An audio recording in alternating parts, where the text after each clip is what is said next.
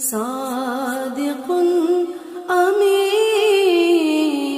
صادق امین۔ روزہ رکھنے کی دعا۔ وبصوم غد نویت من شہر رمضان، میں نے کل کے ماہ رمضان کے روزے کی نیت کی۔ یہاں یہ بات ذہن نشین رہے کہ روزہ رکھنے کی دعا کسی حدیث مبارکہ میں منقول نہیں، اصل نیت فرض ہے جو دل کے ارادے کا نام ہے۔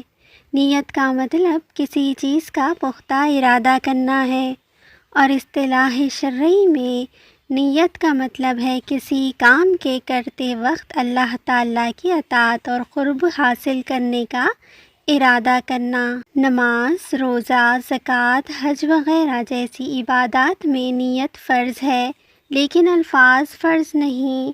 البتہ آج کل ذہن منتشر ہوتے ہیں، لہٰذا ایک تو زبان سے کہہ لینے سے دل کا ارادہ ظاہر ہو جائے گا، دوسرا زبان سے بولا جانے والا ہر لفظ نیکیوں میں لکھا جائے گا، کیونکہ رضائے الہی کی خاطر کیا جانے والا کام جو خلاف شریعت نہ ہو تو اسلام اس کو قبول کرتا ہے۔ اللہ پاک آپ کا، ہمارا، ہم سب کا حامی و ناصر ہو، آمین۔